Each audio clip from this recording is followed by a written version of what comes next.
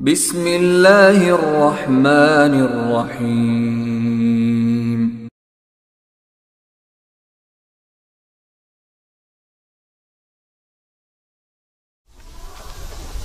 السلام عليكم ورحمة الله وعليكم السلام. إن الحمد لله نحمده ونستعينه من يهده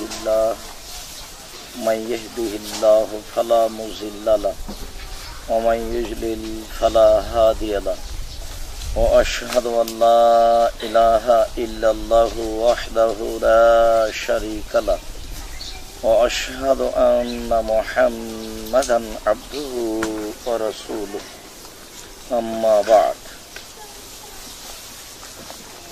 باب كيف كان بدء الوحي إلى رسول الله صلى الله عليه وسلم وقول الله عز وجل إنا أوحينا إليك كما أوحينا إلى نوح والنبيين من بعده.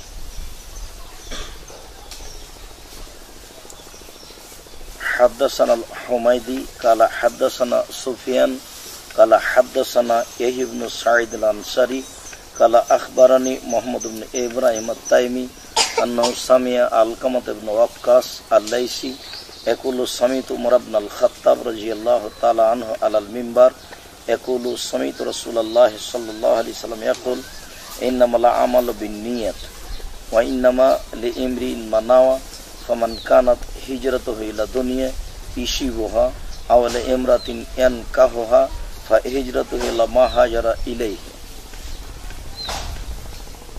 সম্মানিত আমাদের বুখারীর দার্সে উপস্থিত দিনী ভাই, প্রশংসা আল্লাহর জন্য, শান্তি অবতীর্ণ হোক আল্লাহর রাসূলের উপর সাল্লাল্লাহু আলাইহি ওয়াসাল্লাম। আমরা অবগত আছি যে আমরা বুখারীর দার্স চালু করব বলে দীর্ঘদিন থেকে ভাবছিলাম। ভাবার এক পর্যায়ে আমরা বুখারীর দার্স আরম্ভ করেছি, যার প্রথম দার্সটি আমাদের গত মাসের পূর্বের মাসে হয়েছে। আমরা বিভিন্ন কারণে গত মাসের দ্বিতীয় সপ্তাহে আমাদের বুখারীর দ্বিতীয় দার্সটি করতে পারিনি, এর জন্য দুঃখিত। আমরা চেষ্টা করব ইনশাআল্লাহ যেন আমাদের এই বুখারীর দার্স ধারাবাহিকভাবে চলতে থাকে। আল্লাহ তুমি কবুল করো, আল্লাহুম্মা আমিন। আমরা বুখারীর দার্সের আরম্ভে ইমাম বুখারী রাহিমাহুল্লাহর জীবনীর উপরে একটা সংক্ষিপ্ত বিবরণ পেশ করেছি।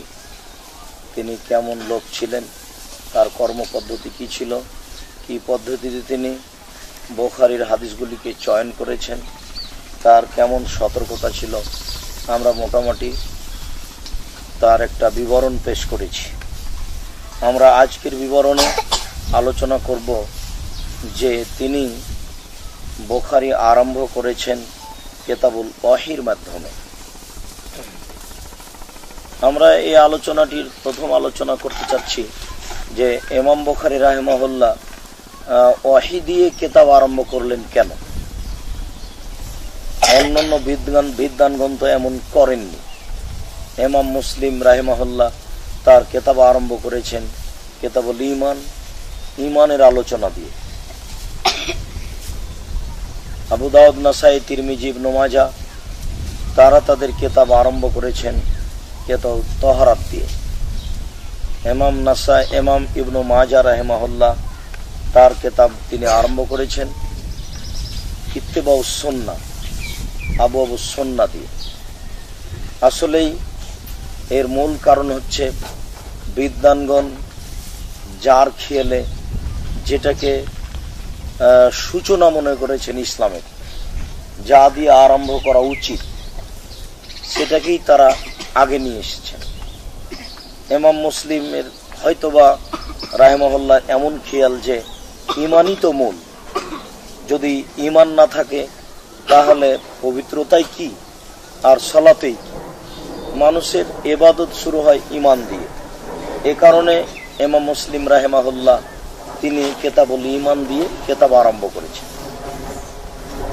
আবু দাউদ, নাসাই, তিরমিজি, ইবনে মাজাহ গ্রন্থকার তারা ভেবেছেন যে মানুষের ইবাদত বলতে সালাত, আর সালাতের বিষয়টি বিচারের মাঠে প্রথম জিজ্ঞাসা হবে। সালাত যদি না থাকে তাহলে আর কোনো ইবাদতই নেই, সব ইবাদত বাতিল বলে গণ্য হবে। তাহলে মানুষের জীবনে ইবাদতের জগতে সবচেয়ে গুরুত্বপূর্ণ এবং মৌলিক ইবাদত হচ্ছে সালাত। কারণেই তারা সালাতকে সামনে রাখতে গিয়ে পবিত্রতার আলোচনা পেশ করেছেন আগে। তার মানে সালাতের বিষয়টি ভাবলেই পবিত্রতার বিষয় ভাবতে হবে। অজু ছাড়া সালাতের পরিকল্পনা করা যায় না, অজু ছাড়া সালাতের আশা করা যায় না। কাজেই তারা নীতিগতভাবেই সালাতের আলোচনা করতে গিয়ে পবিত্রতার আলোচনাকে সামনে নিয়ে এসেছে। ইমাম বুখারী রাহিমাহুল্লাহ বলতে চাচ্ছেন যে মানুষের ঈমান, সালাত, পবিত্রতা, ধর্মকর্ম সবকিছু নির্ভর করে ওহীর উপরে। ওহী দিয়ে ইসলাম আরম্ভ। রাসূল সাল্লাল্লাহু আলাইহি সাল্লাম নির্জনতাকে ভালোবাসতেন, তারই গতিতে তিনি চলে গেলেন গারে হিরায়। সেখানে তিনি নির্জনে বসে পূর্বের নীতিতে ইবাদত করতেন। হঠাৎ একদিন জিবরাইল আলাইহিস সালাম তার কাছে উপস্থিত হলেন। আমরা ওহীর আলোচনায় এক পর্যায়ে বিষয়টি বিস্তারিত পেশ করব। তিনি নির্জনে গারে হিরায় বসে ইবাদত করতেন। সেখানে জিবরাইল আলাইহিস সালাম চলে আসলেন, এসে বললেন যে ইকরা, আপনি পড়ুন। তা আমাদের নবী মুহাম্মদ সাল্লাল্লাহু আলাইহি ওয়াসাল্লাম বললেন, মা আনা বিকারি, আমি পড়তে জানি না। তিনি বললেন পড়ুন। আমাদের নবী মুহাম্মদ সাল্লাল্লাহু আলাইহি ওয়াসাল্লাম বললেন, আমি পড়তে জানি না। তৃতীয়বারে তিনি বললেন, ইকরা বিসমি রাব্বিকাল্লাযী খালাক, খালাকাল ইনসান মিন আলাক। এতে বোঝা যাচ্ছে যে মানুষের জীবনে ইসলাম যে মানবে, জানবে, তার সূচনাই হচ্ছে ওহী। ওহী দিয়ে ইসলাম আরম্ভ। এই কারণেই ইমাম বুখারী রাহিমাহুল্লাহ এই ওহীর আলোচনাকে প্রথমেই পেশ করেছেন। অনেক গ্রন্থে দেখা যায় বাবুন কাইফা কানা বাদুল ওয়াহী ইলা রাসূলিল্লাহ সাল্লাল্লাহু আলাইহি ওয়াসাল্লাম, একটি বিষয় ওহী কিভাবে রাসূল সাল্লাল্লাহু আলাইহি ওয়াসাল্লামের কাছে আরম্ভ হয়েছিল মর্মে কোন কোন গ্রন্থে, কোন কোন নস্খায়, কোন কোন ছাপায় বাবুন ছাড়াই উল্লেখ হয়েছে। এইভাবে এসেছে কাইফা কানা বাদুল ওয়াহী ইলা রাসূলিল্লাহ সাল্লাল্লাহু আলাইহি ওয়াসাল্লাম, কিভাবে ওহী আরম্ভ হলো রাসূল সাল্লাল্লাহু আলাইহি ওয়াসাল্লামের নিকট। বাব শব্দটি উল্লেখ থাক আর না থাক, আলোচনা একই। ওহীর সূচনা কিভাবে হয়, ওহীর সূচনা কিভাবে হলো, এতে ইমাম বুখারী যে বাব উল্লেখ করেছেন তাতে ধরন পেশ করতে চেয়েছেন।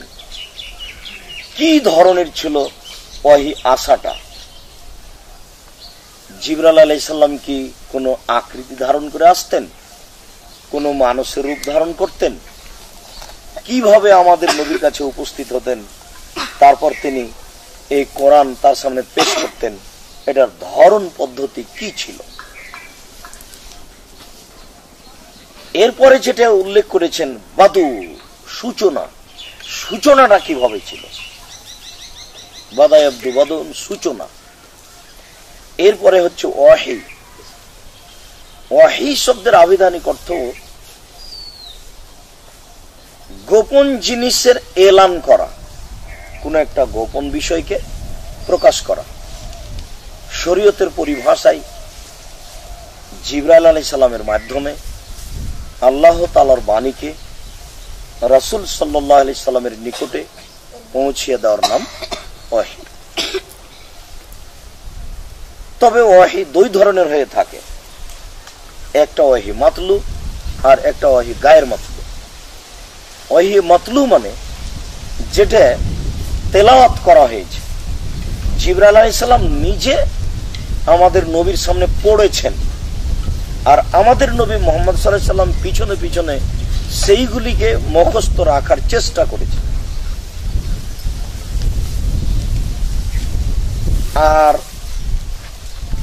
এক ধরনের ওহী রয়েছে, সেটা ওহী গায়ের মাতলু, যেটা পাঠ করা হয়নি।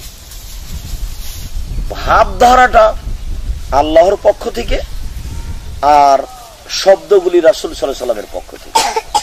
এটা হচ্ছে ওহী গায়ের মাতলু, মানে জিবরাইল আলাইহিস সালাম রাসূল সাল্লাল্লাহু আলাইহি সাল্লামের সামনে পড়েননি, একটা ভাবধারা পেশ করেছেন যে এইভাবে সালাত আদায় করতে হবে।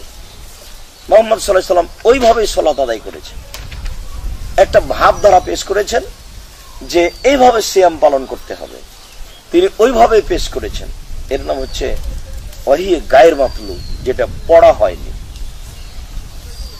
আর যার ভাব সহ শব্দ সহ সব পেশ করা হয়েছে, সেটার নাম হচ্ছে ওহী মাতলু, যেটা কোরআন মাজিদ বলে আমরা জানি। পুরো কোরআন 23 বছর জীবনে রাসূল সাল্লাল্লাহু আলাইহি সাল্লামের সামনে পড়া হয়েছে। এই বিবরণটি পেশ করার পরে এই বাবটি অনুচ্ছেদ পরিচ্ছেদটি উল্লেখ করার পরে ইমাম বুখারী রাহিমাহুল্লাহ একটি আয়াত পেশ করেছেন। আয়াতটি হচ্ছে, আল্লাহ তাআলা বলেন, ইন্না আওহাইনা ইলাইকা কামা আওহাইনা ইলা নূহ ওয়ান নাবিয়িনা মিন বাদি, নিশ্চয় আমি আপনার নিকট ওহী করেছি যেভাবে আমি ওহী করেছি নূহ এবং অন্যান্য নবীর নিকটে, মিন বাদিহি, নূহের পরে। আল্লাহ তাআলা বলছেন আপনার নিকটে আমি ওহী করেছি, ওহী পেশ করেছি যেমন ভাবে নূহ আলাইহিস সালামের নিকটে ওহী পেশ করেছি, তারপরে আরো অন্যান্য অনেক নবীর নিকটে করেছি। আমাদের ওহীর সূচনাতেই এই আয়াতটি পেশ করতেই আমাদের একটি জিজ্ঞাসা চলে আসে যে আল্লাহ তাআলা এইভাবে বললেন কেন যে আমি আপনার নিকটে ওহী করেছি যেমন ভাবে নূহ আলাইহিস সালামের নিকটে ওহী করেছি। ওহী তো অনেক নবীর নিকটে হয়েছে, ওহী ইব্রাহিম আলাইহিস সালামের কাছে হতো, ওহী ঈসা আলাইহিস সালামের কাছে হতো, ওহী মূসা আলাইহিস সালামের কাছে হতো। তো এখানে এইভাবে কেন বলা হলো যে ওহী আমি আপনার নিকটে করেছি যেমন ভাবে নূহ আলাইহিস সালামের নিকটে করেছি?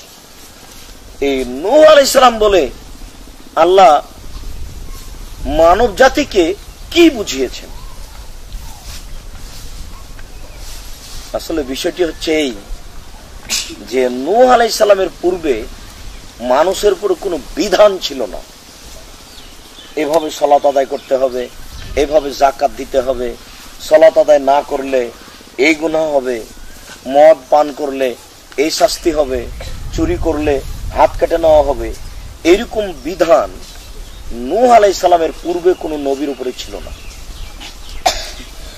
তার পূর্বে নবী ছিলেন, জনগণ ছিল, কিন্তু নির্ধারিত কোনো বিধান ছিল না। নির্ধারিত কোনো বিধান না থাকার কারণে আল্লাহ তাআলা যার উপরে বিধান পেশ করেছেন তার কথাটাই উল্লেখ করেছেন, আর তিনি হলেন নূহ আলাইহিস সালাম। এই জন্য আল্লাহ তাআলা আমাদের নবীকে বলছেন যে আপনার নিকটে ওহী করেছি যেমন ভাবে নূহ আলাইহিস সালামের নিকটে ওহী করেছি। আরেকটা দিক থাকতে পারে যে নূহ আলাইহিস সালাম নবী হিসাবে পৃথিবীতে বলতে গেলে দ্বিতীয় আদম, বিধানপ্রাপ্ত নবী, সাথে সাথে মানব হিসাবে ইনি দ্বিতীয় আদম। আদম আলাইহিস সালাম দুনিয়াতে আসার পরে যেসব জনগণ হয়েছিল তাদের নাফরমানির কারণে আল্লাহ তাআলা পানি দিয়ে সবকে ডুবিয়ে দিলেন। কিছু সংখ্যক মানুষ থাকলো যাদের মাধ্যম থেকে আবার পৃথিবীতে কোটি কোটি মানুষ দেখা যাচ্ছে। আবার কবে আসবে এমন দিন যে দিনে আল্লাহ তাআলা সবকে ধ্বংস করে দিবেন? এটা একটা কারণ হতে পারে যে তিনি মাটিতে দ্বিতীয় আদম। এই কারণে আল্লাহ তাআলা বলেছেন যে আপনার নিকটে আমি ওহী করেছি যেমন ভাবে নূহ আলাইহিস সালামের নিকটে ওহী করেছিলাম। ইমাম বুখারী রাহিমাহুল্লাহ ওহীর সূচনায় এই আয়াতটি পেশ করেছেন, আর বাবটি এভাবে উল্লেখ করে যে প্রথম হাদিসটি তিনি পেশ করেছেন, সে হাদিসটির প্রথম রাবী যিনি তার নিজের উস্তাদ, তিনি হচ্ছেন আল হুমায়দি। মানুষের একটা জিজ্ঞাসা থেকে গেছে যে ইমাম বুখারী রাহিমাহুল্লাহ প্রায় 6 লক্ষ হাদিসের হাফেজ, 7275টি হাদিস বুখারীতে রয়েছে, বারবার আসা বাদ দিলে 4200টি হয়।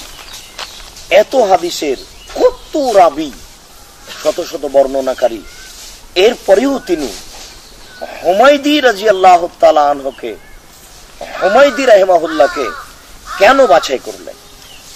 হুমায়দি রাহিমাহুল্লাহকে বাছাই করার কারণ কি?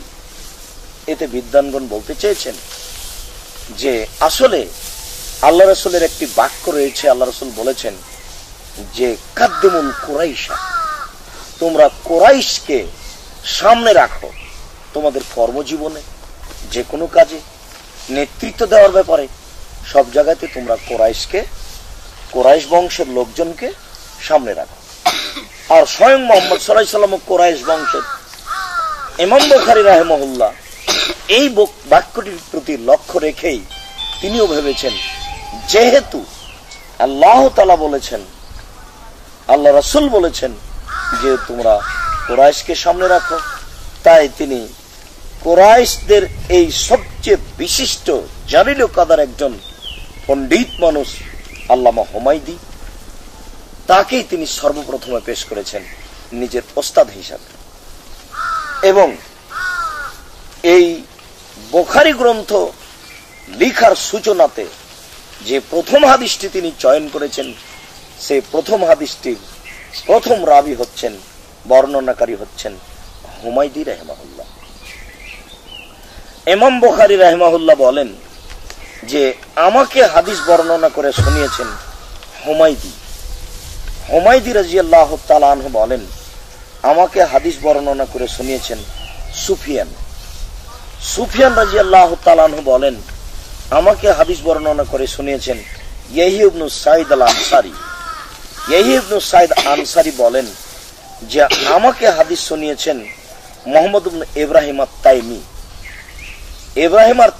ইব্রাহিম আত-তাইমি রাদিয়াল্লাহু তাআলা আনহু তিনি বলছেন যে আন্নাহু সামিআ আলকামা ইবনে ওয়াক্কাস, তিনি আলকাম ইবনে ওয়াক্কাস আল-লাইসি হতে শুনেছেন।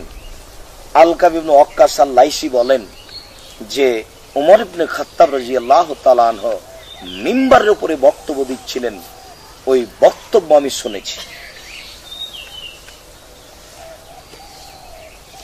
ওমর ইবনে খাত্তাব রাদিয়াল্লাহু তাআলা আনহু মিম্বারের উপরে যে বক্তব্য দিচ্ছিলেন, সেই বক্তব্য থেকে ইবনে ওয়াক্কাস আল-লাইসি শুনেছেন। ইবনে ওমর রাদিয়াল্লাহু তাআলা আনহু মিম্বারের উপরে উঠে বক্তব্য তিনি বলছিলেন সামিতু রাসূলুল্লাহ সাল্লাল্লাহু আলাইহি সাল্লাম, আমি আল্লাহ রাসূলকে বলতে শুনেছি। এটা হচ্ছে হাদিসের ধারাবাহিকতা। একই বলা হয় সূত্র, সানাদ। প্রত্যেক রাবীর নিকট থেকে রাসূল সাল্লাল্লাহু আলাইহি সাল্লাম পর্যন্ত যে রাবীর বর্ণনাকারীর নাম রয়েছে তাকে সূত্র, সানাদ বলা হয়। এখানে আমরা একটু বলে নিই যে আমরা এই জায়গাটার উপরে রেখে দিলাম ইমাম বুখারী রাহিমাহুল্লাহ, এরপরে এই জায়গাটার উপরে রাখলাম তার শিক্ষক, তার উস্তাদকে, তারপরে আমরা তার উস্তাদকে রাখলাম এই জায়গার উপরে, তারপরে রাখলাম তার উস্তাদকে এখানে, তারপর আমরা ধরে নিই এখানে ওমর রাদিয়াল্লাহু তাআলা আনহু, তার আগের স্তরে হচ্ছেন মুহাম্মদ সাল্লাল্লাহু আলাইহি সাল্লাম। এবার এইদিকে ফিরিয়ে নিয়ে আসেন। উমর রাদিয়াল্লাহু তাআলা আনহু বলেন আমি আল্লাহ রাসূল থেকে শুনেছি। উমর রাদিয়াল্লাহু তাআলা আনহুর পরবর্তী তাবেঈ বলেন আমি উমর থেকে শুনেছি। পরবর্তী তাবি বলেন, আমি আমার শিক্ষক থেকে শুনেছি। এই বর্ণনাকারী বলেন, এনার ছাত্র বলেন, আমি আমার শিক্ষক থেকে শুনেছি। তার ছাত্র বলেন, আমি আমার শিক্ষক থেকে শুনেছি। তার ছাত্র ইমাম বুখারী বলেন, আমি হুমায়দি থেকে শুনেছি। এ হাদিস, এই যে মধ্যে রাবিগুলি দেখা যাচ্ছে বর্ণনাকারী, একে বলা হয় সানাদ, একে বলা হয় সূত্র। বুখারী এবং মুসলিম গ্রন্থে এই সূত্রে যত লোক রয়েছে সব লোকগুলি নিখুঁত, নির্দোষ। একটা হাদিস দুর্বল হয়ে যায় কিভাবে? এই মধ্যের লোকগুলি যদি কোনোদিন কোনো একটা কথা মুখস্থ করেছেন, তারপরে ভুলে গেছেন, এরকম প্রমাণ হয়ে গেলে এ হাদিস দুর্বল হয়ে যায়। মধ্যের যে রাবি রয়েছেন, তারা যদি কোনো সময় ধর্মের নামে মিথ্যা হাদিস বলে দিয়েছেন, এটা ধরা পড়ে গেলে এই রাবি দুর্বল হয়ে যাবে, তার হাদিস জাল, মওজু, জয়ীফ হয়ে যাবে। মধ্যের এই রাবিগুলির উপরে কোনো অপবাদ চলে আসলে এই রাবি দুর্বল হয়ে যাবে, হাদিস দুর্বল, জয়ীফ হয়ে যাবে। মধ্যের রাবিগুলি যদি এমনিতেই অনর্থক, বাজারে বসে, স্টলে বসে চা পান করে ঘুরে বেড়ায়, এটা যদি প্রমাণ হয়ে যায়, তাহলে এটা নাম হলো খেলাফুল মরুয়া, ভদ্রতা বিরোধী কাজ। তখন এই হাদিস দুর্বল হয়ে যাবে যে এই লোক নিম্ন শ্রেণীর মানুষ। দেখা যায় চায়ের স্টলে বসে, দোকানে বসে গল্প জমায়, মানুষের সাথে ঘুরে বেড়ায়। এই সব আচরণের যে কোনো একটা সমস্যা ঘটে গেলে ওই হাদিস দুর্বল হয়ে যাবে। ইমাম বুখারী রাহিমাহুল্লাহ থেকে নিয়ে রাসূল সাল্লাল্লাহু আলাইহি সাল্লাম পর্যন্ত মধ্যে যত রাবি আছে, সমস্ত রাবিগুলি একেবারে নিখুঁত, নির্দোষ, সর্ব ধরনের দোষ মুক্ত। তাই এই বুখারী গ্রন্থ হচ্ছে সহিহ হাদিস। এতে যত হাদিস আছে সব নিখুঁত এবং নির্ভেজাল এবং গ্রহণযোগ্য। এই কারণে এই হাদিস গ্রন্থটি পৃথিবীতে সবার নিকটে গ্রহণীয়। যারা মানে তারা তো মানেই, আর যারা মানে না তারা বলে যে আসাহু কিতাবিন বাদা কিতাবিল্লাহ তাআলা, আসাহু কুতুবিন বাদা কিতাবিল্লাহ তাআলা আসাহিহুল বুখারী। আল্লাহ তাআলার কিতাবের পরে দুনিয়াতে যত হাদিস গ্রন্থ রয়েছে, তার সবচেয়ে বিশুদ্ধ হাদিস গ্রন্থ হলো বুখারী। আর যারা মানে না বলে আমরা জানি বা বুঝি, তাদের প্রতিষ্ঠানেও যিনি বুখারী পড়ান, তার সম্মান ব্যতিক্রম ধরনের। এদেশের প্রধানমন্ত্রীর অত সম্মান নয়, যিনি বুখারী পড়ান জনগণের কাছে তার এত সম্মান বেশি। যেহেতু জাতির কাছে এই গ্রন্থটি গ্রহণীয়, কাজেই যারা বিবরণ পেশ করে তারাও মানুষের কাছে সম্মানিত উপস্থিতি। উমর ইবনুল খাত্তাব রাদিয়াল্লাহু তাআলা আনহু বলেন, রাসূল সাল্লাল্লাহু আলাইহি ওয়াসাল্লাম তার মিম্বারের উপরে বক্তব্যে তিনি বলছিলেন যে আমি রাসূল সাল্লাল্লাহু আলাইহি ওয়াসাল্লামকে বলতে শুনি।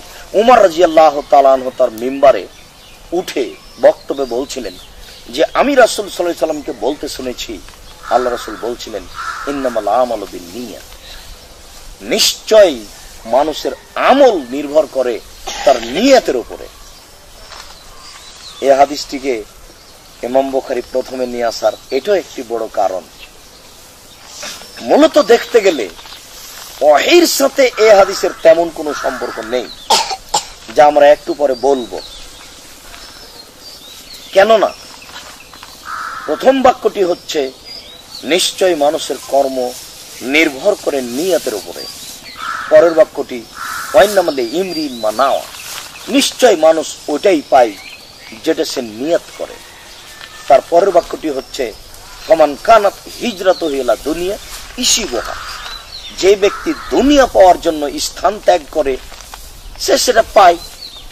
আও ইলা ইমরাতিন আনকাহুহা, বা কোনো মানুষ মনে করে যে আমি দেশ ত্যাগ করব কোনো মেয়েকে বিবাহ করার জন্য, তো সেটাই সে পায়। বা হিজরত ইলা মাহাজারা ইলাইহি, মানুষ যে উদ্দেশ্যে হিজরত করে, স্থান ত্যাগ করে, দেশ ত্যাগ করে, সেটাই তার জন্য, সেটাই সে পায়, আল্লাহ সেটা ব্যবস্থা করে দেন। এই হাদিসের শুরু থেকে নিয়ে শেষ পর্যন্ততে আমরা ওয়াহির সাথে তেমন কোনো আলোচনা হলো বুঝতে পারলাম না। যদিও ইমাম বুখারী রাহিমাহুল্লাহ আপনার এই ওয়াহির সূচনায় এই হাদিসটিকে উল্লেখ করেছে। আমরা হাদিসটি সম্পর্কে কিছু বলি, তারপরে তিনি কেন পেশ করলেন এখানে এই বিষয়টি আমরা পেশ করব। প্রথম বাক্যটি হচ্ছে ইন্নামাল আমালু বিন্নিয়াত। ইন্না শব্দ আরবিতে ব্যবহার হয় নিশ্চিতের জন্য, নিশ্চিত, সন্দেহাতীত, নিঃসন্দেহ, অবশ্যই। এর পরেও এই ইন্নার সাথে আরেকটি অক্ষর যোগ করা আছে, সেটা হচ্ছে মা, তাকে বলা হয় মায়ে কাফা। এ দিয়ে বিষয়টিকে আরো শক্তিশালী করা হয়েছে। ইন্না যে অর্থ প্রয়োগ করছিল, মা এসে তার অর্থকে আরো দ্বিগুণ করে দিয়েছে। এখন অর্থ হচ্ছে নিশ্চয়ই, অবশ্যই, অবশ্যই, সন্দেহাতীত ভাবে, নিঃসন্দেহ, সচমুচ, বেলা শোভা, বেশক। মানুষের কর্ম নির্ভর করে তার নিয়তের উপরে। নিয়ত যেমন ফল তেমন, নিয়ত যেমন কর্ম তেমন। নিয়ত শব্দটি হচ্ছে আরবি।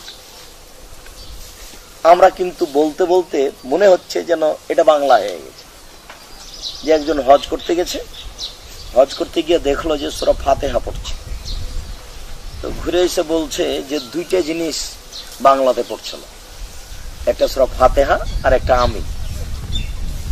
তার মানে ও গ্রামে এই দুটাই শুনতে শুনতে ও ধরে নিয়েছে যে সূরা ফাতিহা এখন বাংলায়। হজ করতে গিয়ে মূর্খ মানুষ আর তো কোনো কথা বুঝে না, কিন্তু যখন সূরা ফাতিহা পড়ে তখন বুঝতে পারে যে এখন সূরা ফাতিহা পড়ছে। আর যখন আমিন বলে তখন বুঝতে পারে যে এখন আমিন বলছে। তখন ও ভাবলো যে এইটা বাংলায় হয়েছে, বাকি আর কোনো কিছু বাংলায় হয়নি। তো বুখারীর প্রথম শব্দের নিয়ত এসেছে, এই কথার অর্থ এই নয় যে নিয়ত শব্দটি বাংলা, কিন্তু আমরা নিয়ত শুনে শুনে আরো নিয়ত এই জন্য শুনেছি যে ভারত, বাংলাদেশ, পাকিস্তানের আলেম ওলামারা মানুষকে এমন ভাবে নিয়তের বেড়াজালে আটকে দিয়েছে যে তারা দুয়া বাদ দিয়ে নিয়ত মুখস্থ করতে করতে জীবন কাটায়। জোহরের সালাতের নিয়ত এই, আসরের সালাতের নিয়ত এই, মাগরিবের সালাতের নিয়ত এই, তাহাজ্জুদ সালাতের নিয়ত এই, তারাবির সালাতের নিয়ত এই, হজের নিয়ত এই। তারপরে জনগণ দেখেছে যে এত নিয়ত মুখস্থ করবো না, অথবা থাক ধর্ম কাছে যায় না তারা, নিয়ত কেন এত। তো হাদিসে নিয়ত শব্দ এসেছে। নিয়ত শব্দের আবিধানিক অর্থ হচ্ছে ইরাদাতুল কলব, অন্তরের ইচ্ছে, অন্তরের পরিকল্পনা। শরীয়তের পরিভাষায় মানুষ যখন কোনো কাজের সিদ্ধান্ত নেয়, সিদ্ধান্ত নেওয়ার পরে যেটা পরিকল্পনা করে যে আমি এই কাজটা করব এইভাবে, সেটুকুর নাম হচ্ছে নিয়ত। সশব্দে নিয়ত করতে হবে, এই ব্যাপারে পৃথিবীর কোন বড় মাযহাবে আলেম ওলামা বলেন।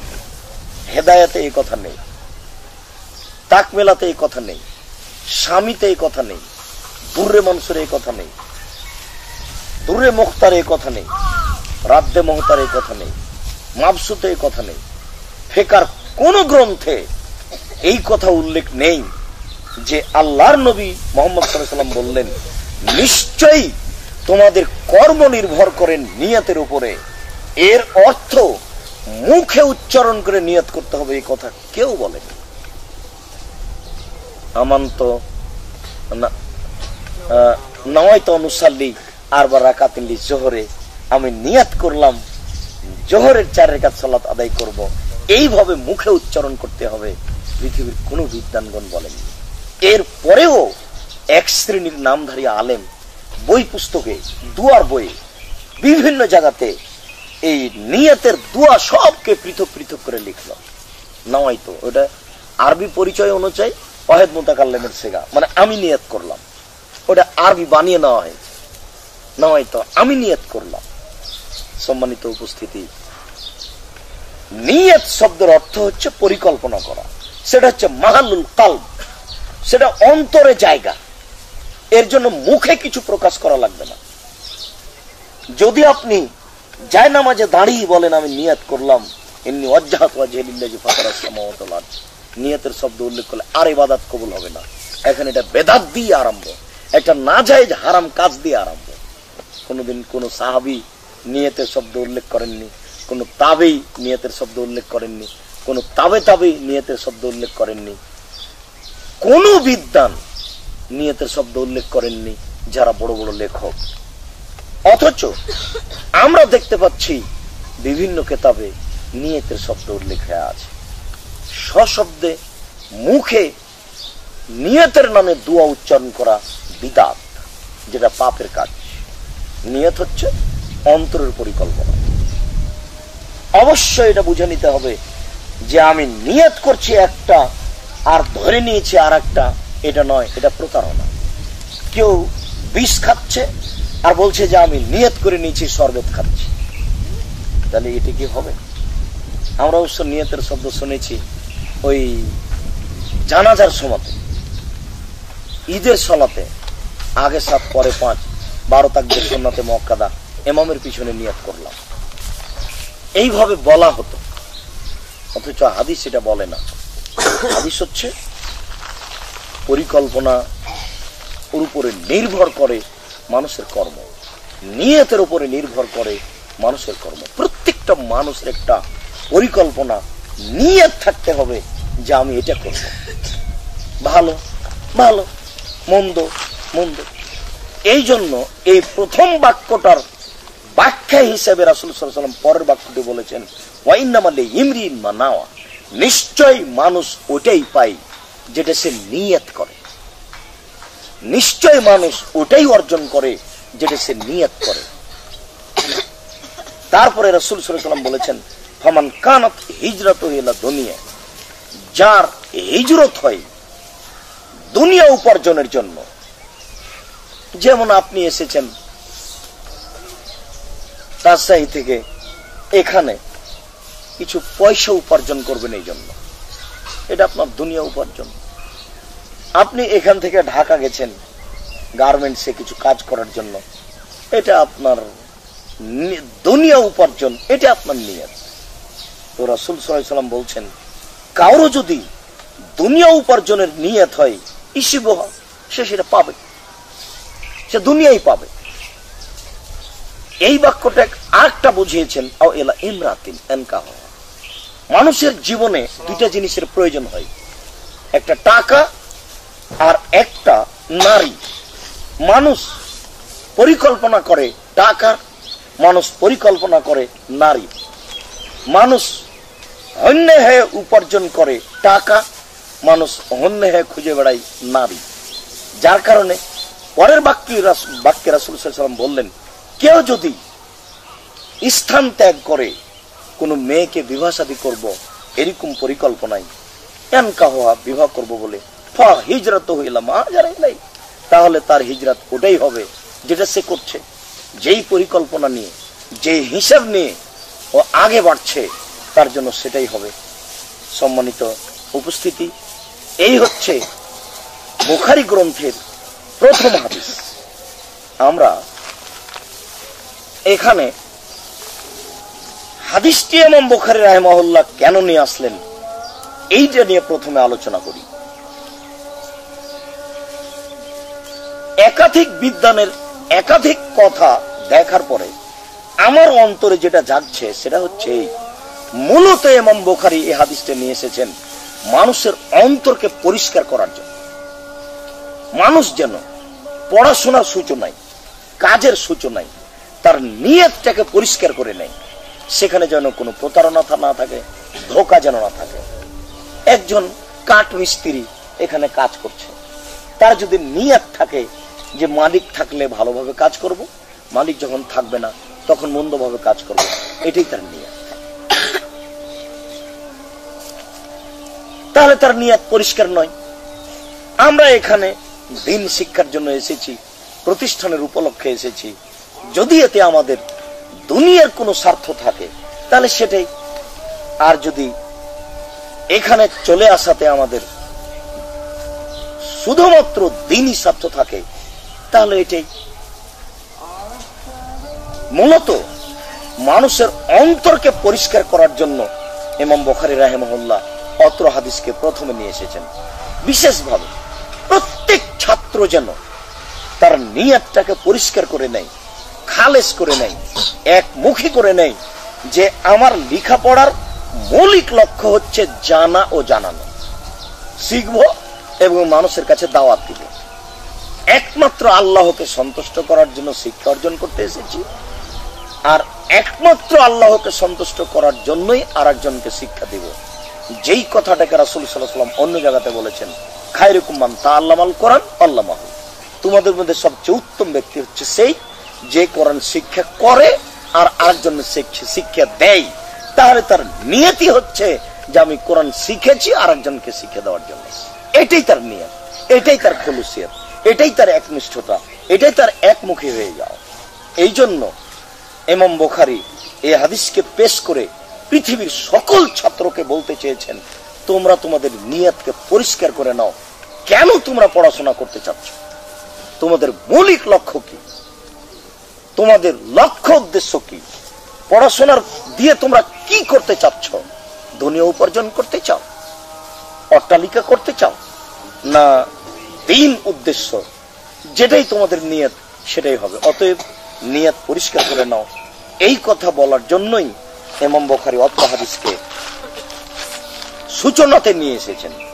আরেকটি বিদ্বানগণ বলেছেন, অত্র হাদিসে একটা ঘটনা আছে বিবাহের ব্যাপারে। একটা লোক মক্কা থেকে হিজরত করে মদিনায় চলে এসেছিল এই কারণে যে একজন মেয়ে কায়লা নামক ও ইসলাম গ্রহণ করে মক্কা থেকে মদিনায় চলে আসে।